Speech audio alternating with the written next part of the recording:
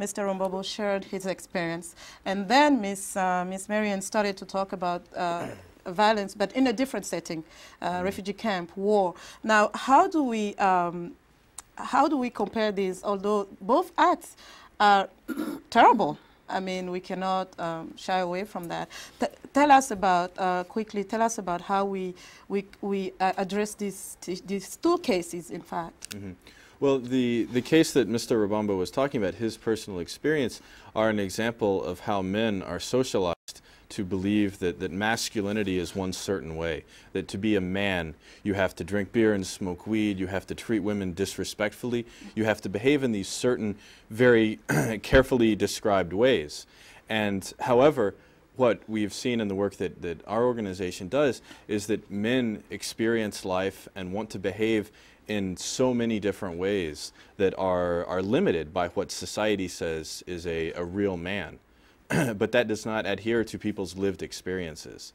And so the messages that men get, though, are that they have to behave in certain ways that are disrespectful toward women, and that manifests itself both in day-to-day life, such as Mr. Rebombo was talking about, but also in armed conflict and in refugee camps. And it is exacerbated even when there are situations of poverty, situations of violence, and then these negative impulses and these messages that men get about how women should be treated are made even worse by the other circumstances. Mrs. Basiru-Wiha, you were trying to share something with us, but I had to move to Mr. Vest. But let me come back to you and let you speak. You're here because you want to share something. Yeah, I'm here because I want to witness to the people who are in this show how really it is very painful to see the rape happening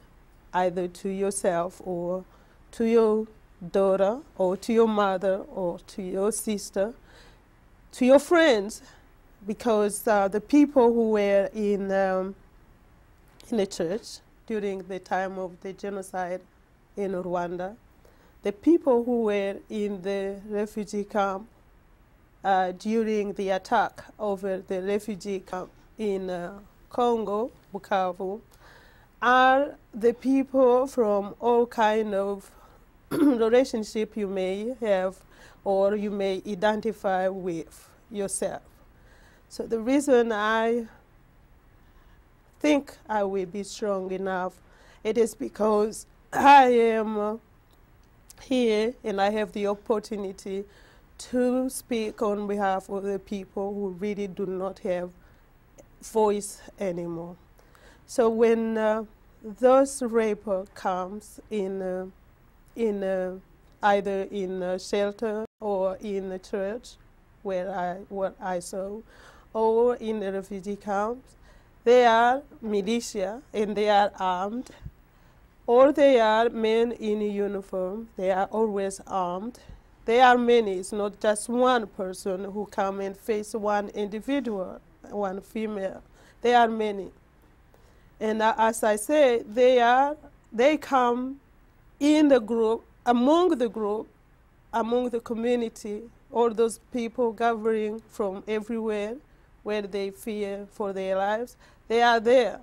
So you have a family, you have a group of friends, you have a group of all relationships are involved. So what they do is that men are mobilized in that group. They are mobilized.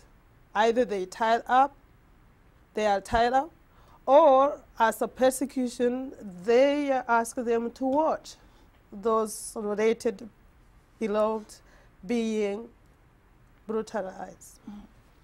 And this is very important, what you just said. I want to come to you, Mr. Rebombo, in New York.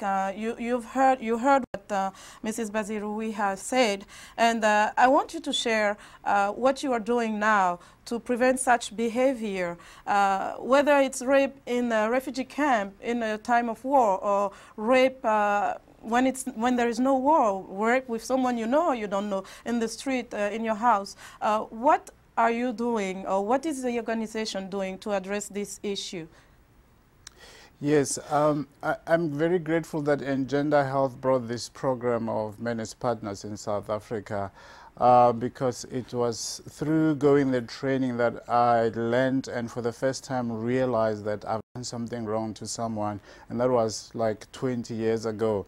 I remember going to my pastor to ask him if I could, this is what I want to do. I want to go and you know, apologize to this girl. And he was saying, no, you don't have to do that. Move on with life. You're saved, you're holy and all of that.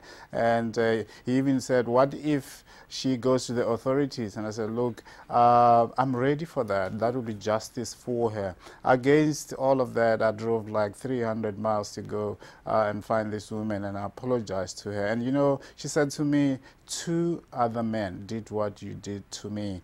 And I've never said this to anyone in my whole life, not even my husband. Sometimes my husband touches me and I just cringe, and he wonders why, because since that time my life has changed. Emotionally, I'm not stable anymore. You know, I thought when I went to apologize to her, you know, my load of guilt would go away or ease off. But when she told me that, and I just remembered that, wow, for 20 years I lived my life, you know, on a normal basis, where my actions has put this woman into this situation.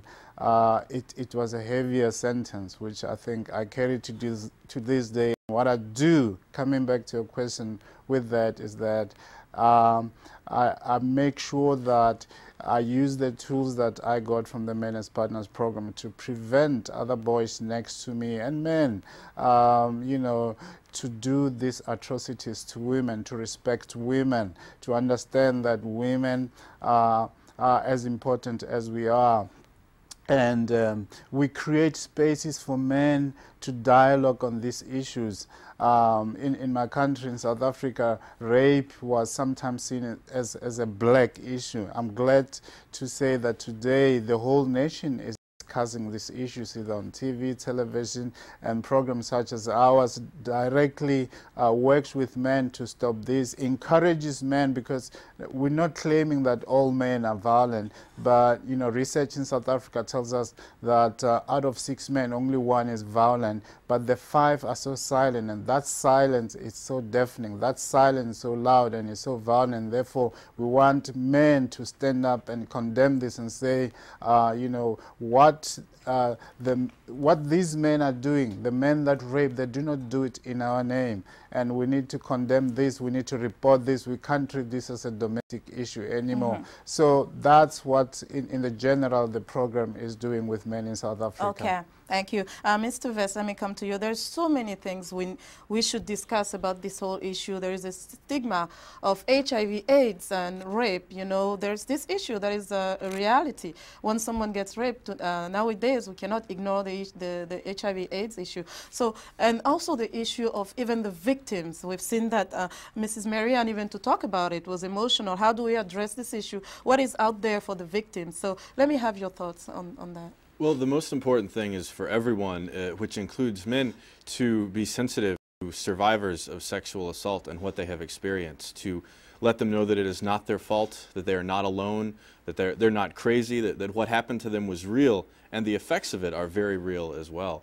And so really society as a whole needs to acknowledge that survivors of rape are not permanently damaged. They are not.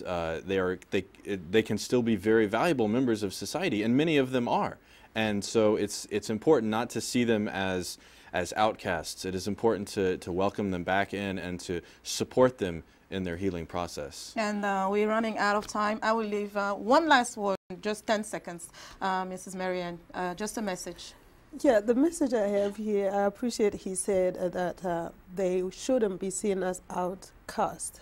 However, we are dealing with a situation which is not isolated and which is not properly treated.